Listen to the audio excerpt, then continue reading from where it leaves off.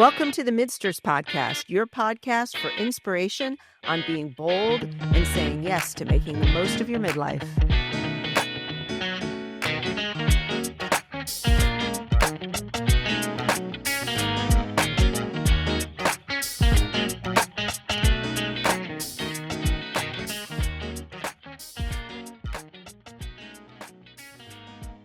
So, Marianne, you look beautiful today. Thank you. So do you. Apropos of our topic, Which is a fun one. can I start with a story? Yes. So when I graduated from law school, I took a job working for a judge for a year.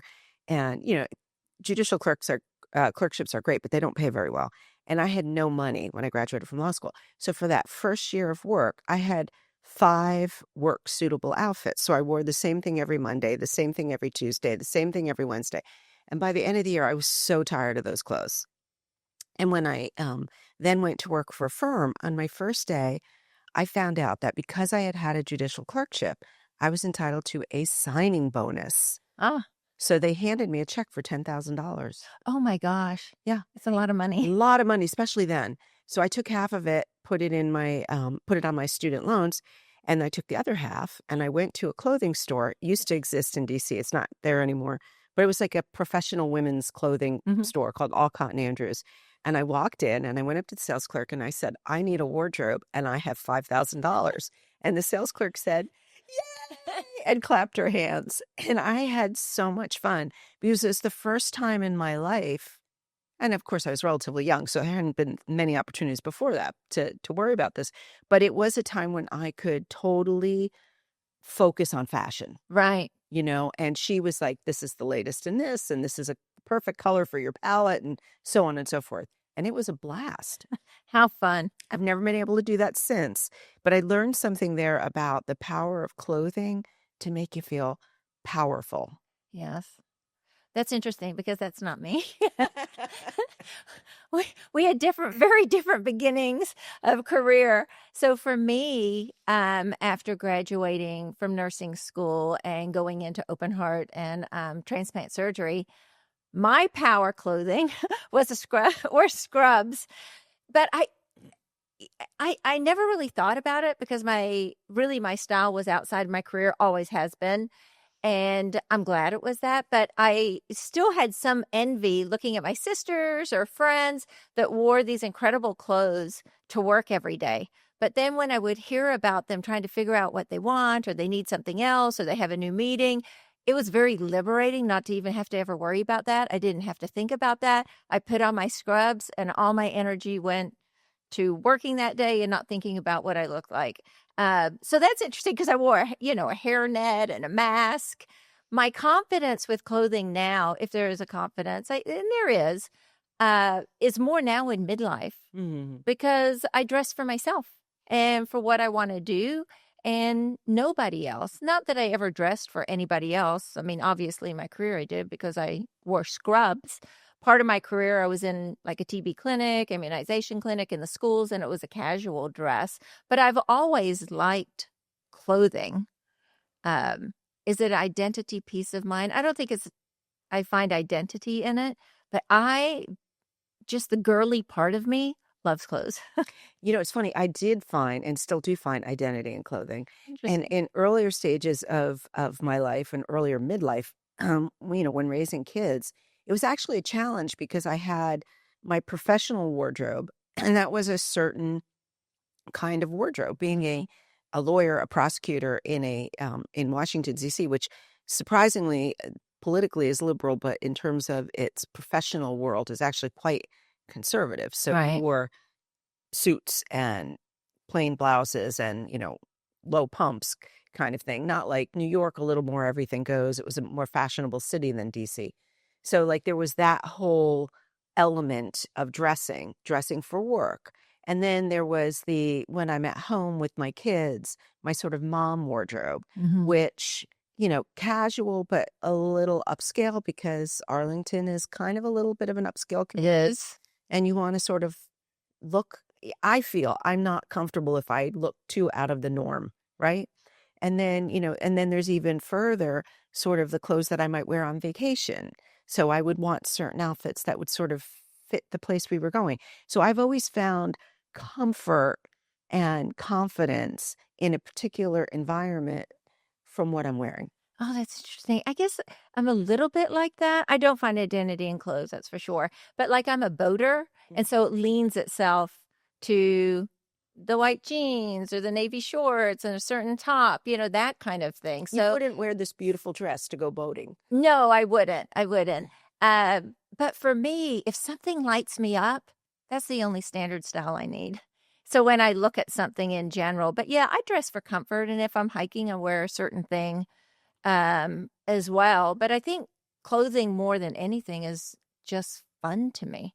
And I notice it on other people.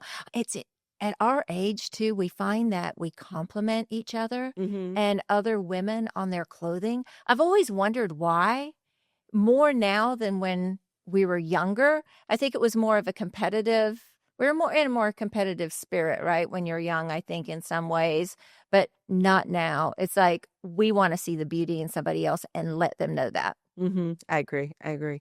And it's also kind of fun to um, dress up a little bit out of the norm. Mhm. And I think there's more freedom in this age of life to kind of break out of you're supposed to wear this for this event, or Right. you can be a little more fluid wearing things that you like. I've kind of leaned a little into boho, which this dress is a little boho. It is. Uh, Well, it reflects you too. it does. I mean, and your style. And I think that's kind of fun about clothing as well.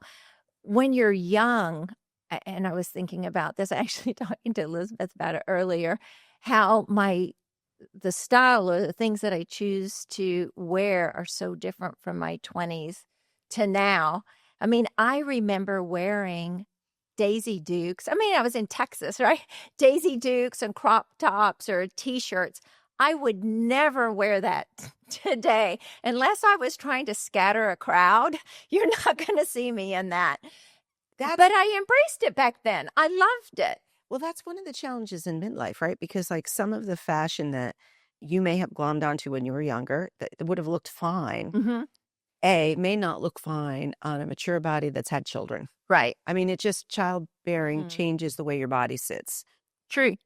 So you do have to kind of think about that. And you do see people that try to cling to the style of an earlier era in their life. And I get it. It's comfortable, but it doesn't read the same. And I often wonder, like, do they feel uncomfortable? I mean, if you feel Right. comfortable in what you're wearing, I've always said that's 90% of it. Mhm. If you feel confident, if what you're wearing makes you feel confident, you're going to project confidence. But sometimes you see people that I'm not sure they are projecting confidence. They're projecting a sense of like stasis. Like, this is what I have to wear because it's what I've always worn. Their clothing hasn't evolved with them, Exactly. right? And I think your style has to evolve as you age. I think it does too. And there may be times in your life. I remember with my first pregnancy, I gained like 40 pounds, a little over 40 pounds. And the few months after that, I dressed to camouflage. So there's, I think of dressing for confidence, dressing for expression, dressing for function, which is mainly what I do, and dressing for camouflage. There are periods of time in our life that we may dress to camouflage. I'm not ashamed of that. It's what I needed at the time, until I got to the place where I could fit into other clothes and feel good about wearing them. And I don't think there's anything wrong with that. One thing I notice in the younger generation, I'm going to talk about your daughter for just a second here. And as you know, I have second cousins and nieces all in the same age group. When I was their age, thinking back, I believe I tried to conform and stay within a certain style and whatever was of present day. I see more individuals in their 20s and early 30s today choosing what fits them. So it's not about the fitting in as much, like from my age group, it's what fits them. I agree. I wonder if a little bit of that is women have moved away from dressing for the male gaze. Mm, And I think they now dress more for themselves. That's part of the whole evolution of what I think womanhood has been and become. Because I know, talking about my daughter, I don't think she really cares what anyone thinks about her, and particularly whether a man thinks what she's wearing is yeah. attractive or not. In earlier ages, if you were dressing and you were trying to attract male attention, it would be tighter and shorter The and Daisy Dukes. yeah, the Daisy Dukes and the crop tops and the low cut bosom and but I don't think women today care about that as much anymore because they're not dressing for that. Right. No, they dress for what fits them, Right. which I love that piece. And I will go into events or places where there's a lot of people, different age group, but looking at their age group, trying to figure out what the style is. I can't figure out what the style is because there's such a variety. Right. There's from the preppy to the Northeast nautical to the bohemian to the throwback retro. There's so much going on. I actually like that because I think you could find a spot where you feel exudes you, like Right. it reflects who you are. And you're more free to be able to wear something that is you as Right. opposed to feeling like, oh my God, I'm going to stand out like a sore thumb. How does it feel to not have to dress for work? You're recently retired. It's actually great. I went through my entire closet and got rid of all my suits and all my work dresses because I don't need them anymore and I never want to wear them again. And bought things that I think more reflect me. And I think that's kind of a parallel between what you're seeing in the younger generation Yeah. and what happens definitely later in midlife, right? Where like I'm going to wear what I want to wear now. Right. I'm going to be who I want to be. I no longer have to have a uniform that speaks of my profession. And that is truly liberating. Yeah. Do you have a style icon today? No, not really. Okay. I don't look to, and that's actually part of the whole freedom thing, right? I don't really look to other people to see who I want to be like. I want to be what Or not necessarily to be like, but somebody's style that you like to watch. Like I loved over the years watching Sarah Jessica Parker, the whimsy piece of it. Now it's not what I would wear, but I love like the adventurism in fashion that she went. I also love looking at Andie MacDowell and what she chooses because it's so feminine, it's so soft. And probably the polar opposite of that is Diane Keaton, which is an androgynous type look, right. in a very classic way she wears it. So I'm always interested in looking that. Now, somebody that I know that I love to like when I know I'm going to see them, I'm thinking, okay, how are they going to show up is our mutual friend, Sean Taylor. Oh my God, she always looks amazing. This woman, well, she's beautiful. She's beautiful. She's so fashion. And it's savvy. so effortless. Yeah. Like she can put on a t-shirt and jeans, but it's that t-shirt, it's those jeans, and it's all the accessories. And I love that about her because she's so confident. And I don't know that she even puts a lot of time and thought. She dresses for herself. Well, she must put some thought in it. And she enjoys shopping. I don't like shopping. Like if you were like, Marianne, let's go to the mall for the afternoon, I'd probably be out. Like it'd be no. But there are boutiques. I love going into a boutique. And I like J. Crew and some of those as well, but I like Monkeys of Fairfax, and that store as well, where there are many brands, and it's a lot of personal service. So I can get in there and walk away with a few things to add to my season, whether it's fall or winter, that complement some of the things I already have in my closet. So I like that type of shopping. But like Sean likes to shop, and she knows what she's looking for. See, the challenge for me with shopping, and we've talked about this because I know you love monkeys and you get great things from there, but I'm petite. Yeah. And I cannot shop in boutiques because generally speaking, most boutiques do not carry petite size clothing. And I cannot wear regular size clothing off the rack. It just doesn't work for me. Now, if I wanted to spend a tremendous amount of money to have all my clothes all tucked in terms of sleeve length and torso length and in overall length, sure. But who wants to spend all that money to change something that isn't meant for a body like mine, to fit a body like mine? So I'm actually a lot more limited in where I can shop. And that actually has affected my style. And it may be why I don't actually have style icons, because unless you can point out to me another 5'1" woman, the clothing that I see, I know is not going to translate to my body. Right. So I have to be a lot more selective. So I don't like shopping because of that, because it's such a challenge. On the other hand, when I find something that I like, I'm all in. Like So in every color. Where do you find petite clothing? Well, like this dress that I'm wearing, which I love, is from Bowden. Oh, I love Bowden. Yeah. I like their novelty sweaters. They have cute stuff, and they have dresses that fit me really well. Oh, that's wonderful. They carry petite sizes. In my professional life, for years and years and years, I bought, I would say 80% of my clothing from Ann Taylor because I had a petite line. They do. But, you get bored buying everything from the same store. Yeah. So I'd always have to really hunt, and I mean hunt for those few pieces that would spice it up and take it out of like, okay, that's the Ann Taylor catalog, and make it look a little bit different. Let me ask you this. My husband always, I mean, very complimentary. You know him.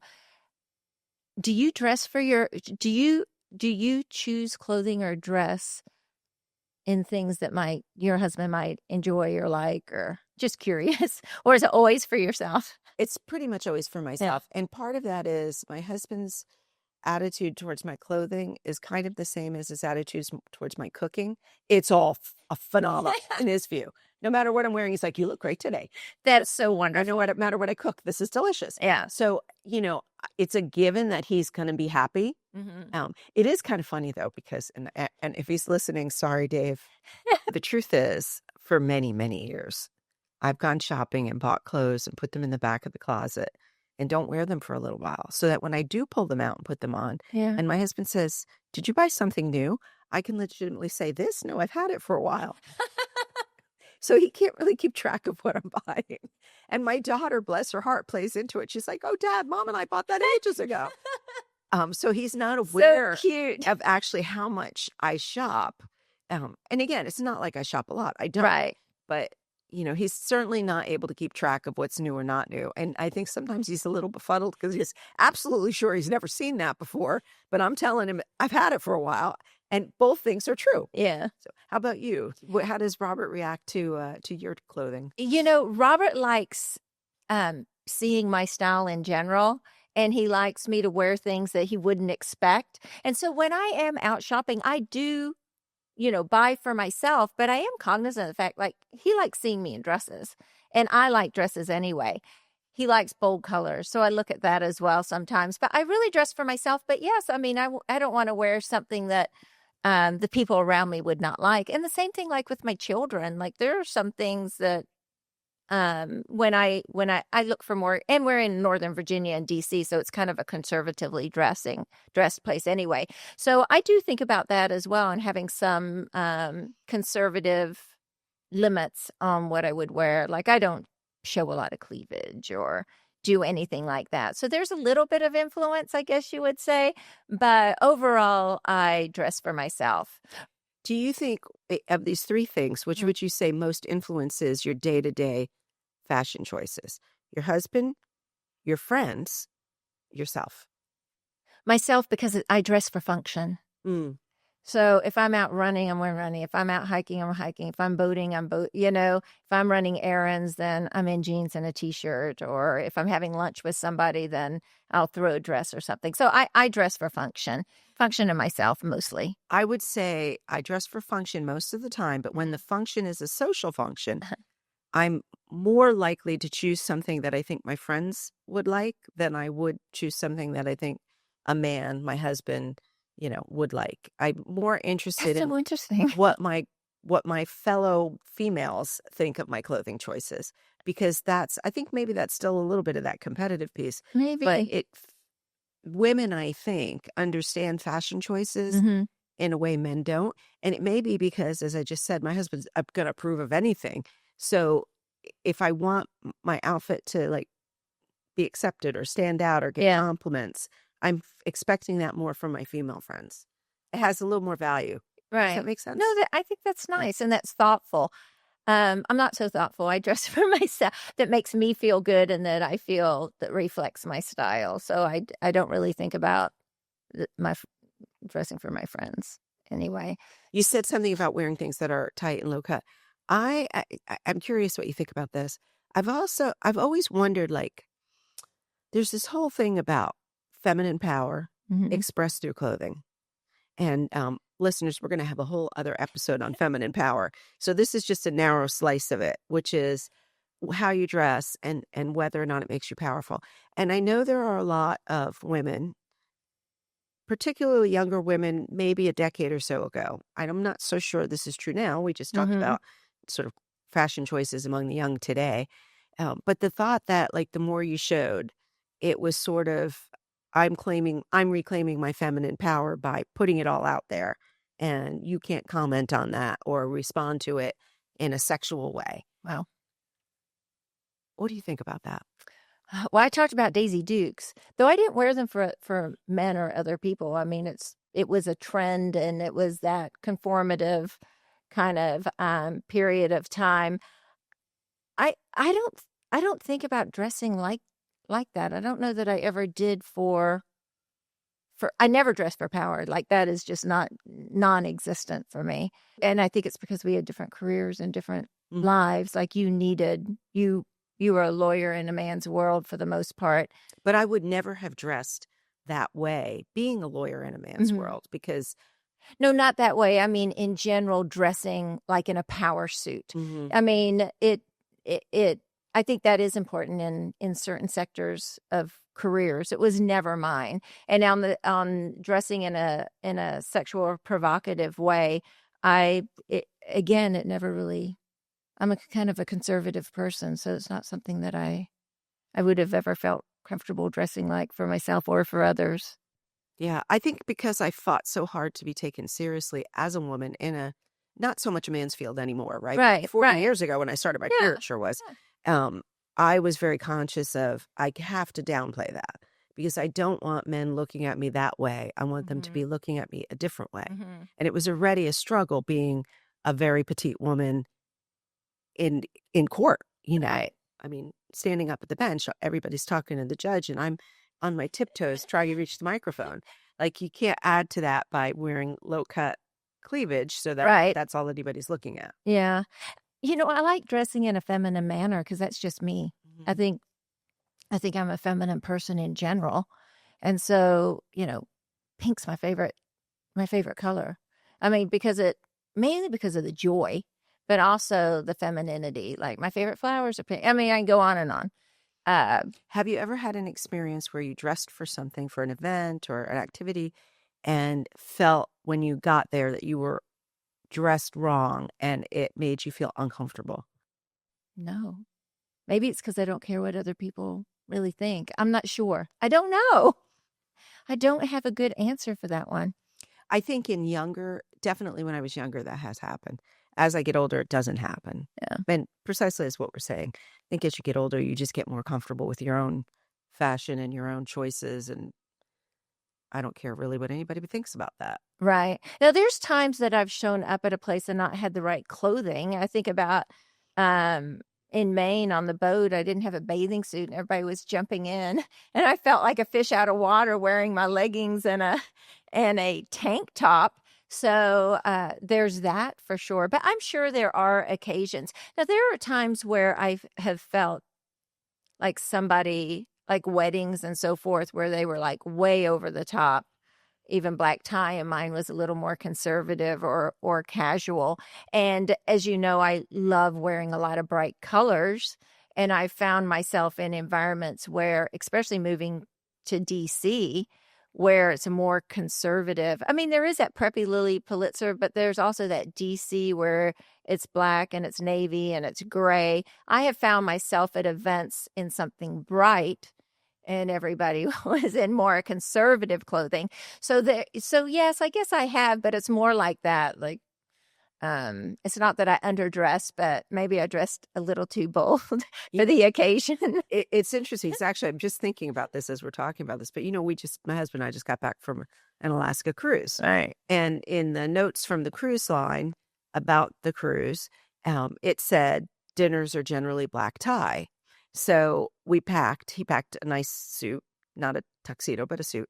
And I packed several very nice dresses to wear to dinner. Well, we got there and it turns out that instructive is actually for other cruises that they run. But the Alaska cruise, because it's cold and, it's actually generally kind of rainy up there, it was a casual dining atmosphere. Right. So I had bought 3 really beautiful dresses to wear to dinner, and they were not needed, but I wasn't gonna go in my, you know, pull on, cargo pants. So I was like, "The hell with it, I'm gonna wear my dresses." And the very first night I went in, and I actually had a dress that was long and really nice jewelry, high heels, and I come in the dining room, and everybody's, like, definitely a step below that. But the maitre d', I think he was so taken. He was like, "Can I escort Madame to the table?" And my husband's like, "Thanks for wearing that dress. We're getting a window seat and like all by ourselves." I mean, it was just like the reaction was really noticeable. That is so cute. So I was actually dressed inappropriately, as it turned out, but in a good way. Oh, no, it helped.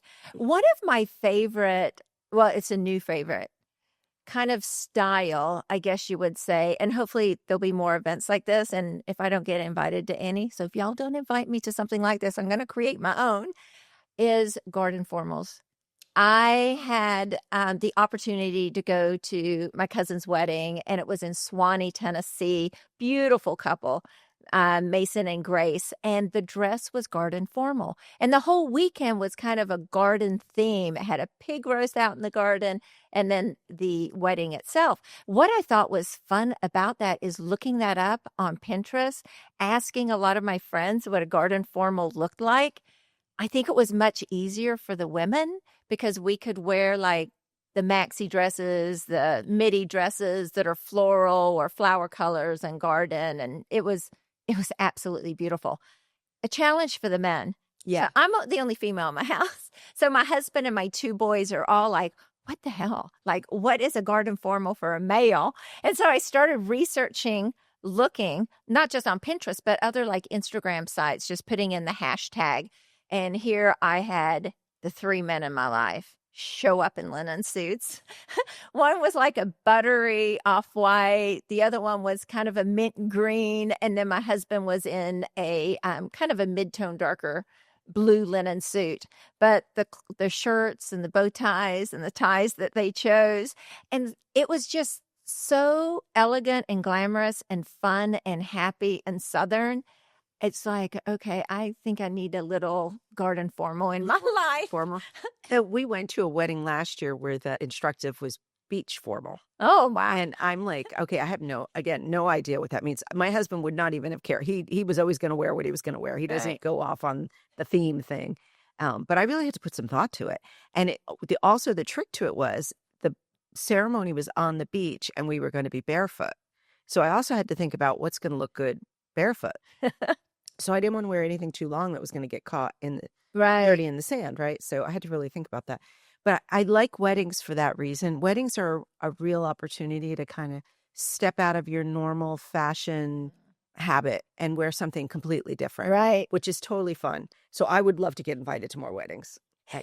They are fun. Fashion in general is fun, and it is both female and male. Though we think of it more female. But it is depends both. on the male. It does. Women lean into it. Men don't necessarily. I have one clothes horse in my family. Yeah. I One son that's actually my son is also, but his style is so different. his style's fun. I like watching it on Instagram and on TikTok. Yeah. TikTok mainly. I mean it, and sometimes he doesn't have any fashion on, just maybe a little pair of shorts. He does a lot of bare-chested videos. This is true.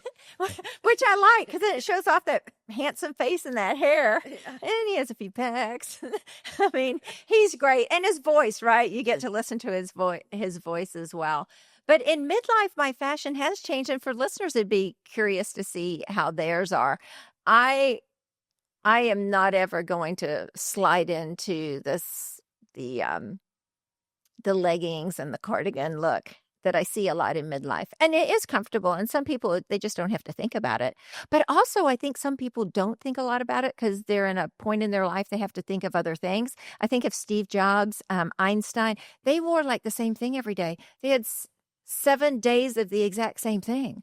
And it's because they didn't have to think about it. Not a lot of creativity. They left that for something else. Right. So it's The brain was interesting. active on something else. Yeah, it's so individual on what people want to wear and do, but I think people should choose what makes them feel best. I think if you get, there's a danger to that, like always wearing leggings, always wearing like a sweater. Because I wear a lot of like jogger style pants, like Me too. Athleta and that kind of thing. And those are fine, but you need to break out of that every now and then because otherwise, creatively, you can also get into a rut. Right. And, I get what you're saying, at least for the men, right? They're focused elsewhere. But for me, I really get a sense of myself from what I'm wearing. And if I'm wearing the same thing every day, I feel stagnant. Well, and also other people get a sense of you That's right. and what you wear. And I think that's fun too, because I like when I go out to the Eastern Shore, I mean, it's just so different than from DC. You can see these people that are out in nature, they're out on the water, they're, kayaking, all that kind of stuff. And you get a sense for their sense of adventure and that they're water people, that they enjoy that. I am from Texas. I'm at least part of my childhood, and I love going back to Texas and thinking about even geographical areas of style. So the cowboy boots and the jeans and the hats.